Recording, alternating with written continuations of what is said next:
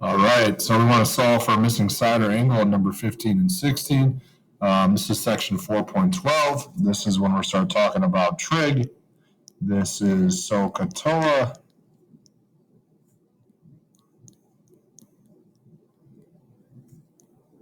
Okay, so I want to label my sides. Here's my angle. This is opposite and hypotenuse, which means I'm going to use sine. So remember, when we're solving for missing angles, we want to use the inverse trig function.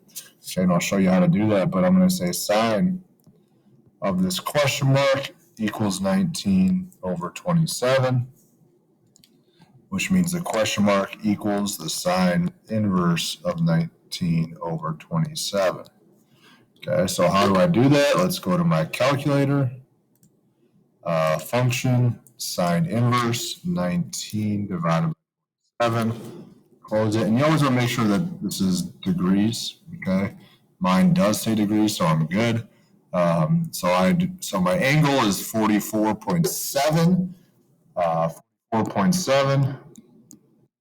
I round it to the nearest degree would be 45 degrees. Okay. Let's try the next one. Now we're solving for a missing side. Again, I got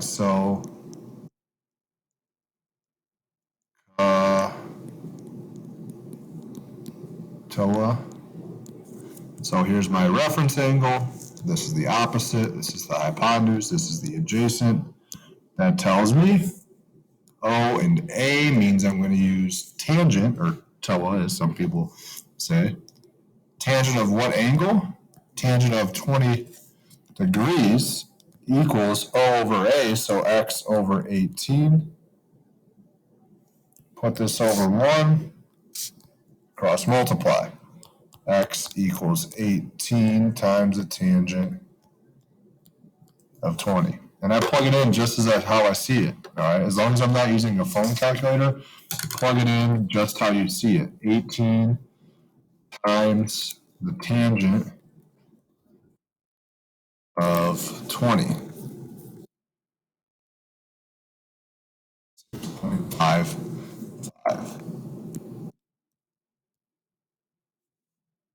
Let's keep going. I'm cruising here. All right, domain and range. Remember, domain, this is your X, range is your Y. Domain is left to right.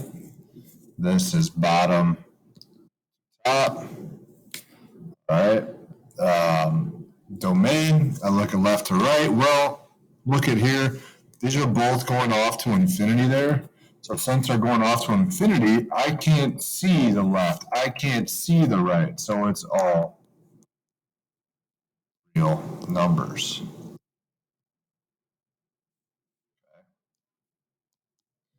Y I read from bottom to top, so I go up. And if I go up, the first point here I see is 1. And then it goes on forever based on these two arrows here. So Y must be greater than or equal to 1.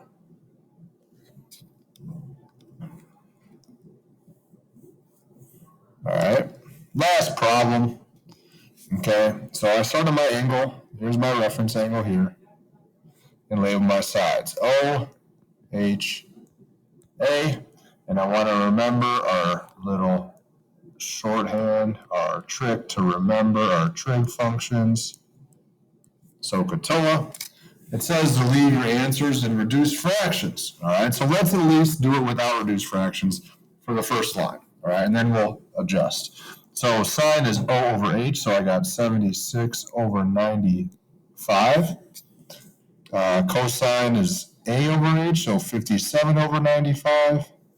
And tangent is O over A, so 76 over 57. All right, so now it may be hard to reduce, so I'm going to go use my friend here, 76 divided by 95. Whoops. 76 divided by 95. 8. Oh, as a fraction, that's 4 over 5. You see what I did there? I just pressed this button. Fraction. If you're using a graphing calculator, you'll press math, enter. So 4 over 5. I have a feeling that this might be 3 over 5. 57 divided by 95. Oh, look at that. My feeling was correct. So this is going to be 4. Now, these are our reciprocal functions, meaning I just flip my fraction.